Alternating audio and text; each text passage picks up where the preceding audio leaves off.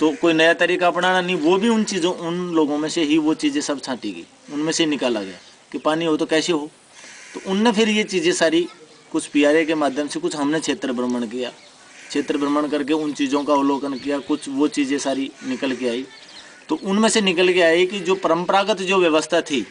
अपने जल, जंगल, ज़मीन, जन व जानवर संरक्षण की, वो व्यवस्था उनने अपने मुँह से उगाला।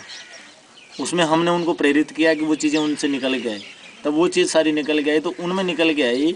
कि गांव के जितने भी जोहड़, नाड़ी, एनीकट, मेड़बंदी जो थी, जो अगर बन जाएं तो उनसे पानी जमा होगा, और पानी जमा होगा, कुछ वृक्ष बचें, जंगल का पानी, क्योंकि अगर वृक्ष नहीं रहेंगे तो पूरी मिट्टी। स्थिति ये थी कि लकड़ी, ईंधन जो चूल्हे में, अब हमारे यहाँ गैस वैस की तो सुविधा है नहीं, लेकिन ईंधन की लकड़ी के लिए भी एक मील खराब हो जाती थी हमारी, मतलब एक आधा दिन खराब हो जाता। तो जंगल में 5-7 किलोमीटर दूर जा कर के जो गाँव में ही उपलब्ध होती थी, वो 7 किलोमीटर तक पहाड़ों का हाशिया हो गया था। तो उनने फिर इन सब चीज़ों को, भाई पहले यहाँ गाँव में बहुत जंगल थे तो खूब तो चारा होता था, खूब यहाँ पे इनमें पेड़ों में पानी रमता था, मिट्टी कट के नहीं जाती थी पेड़ों की जड़ों से, तो पहाड़ों में भी पानी रमता था। कुछ गांव के लोग स्ट्रक्चर खड़े करते थे, तब जा कर के पानी हमारे यहाँ पीने के लिए होता था। ये काम कैसे करते थे? उन्होंने कहा भाई गाँव के लोग पूर्णिमा और अमावस्या का अवकाश रखते थे,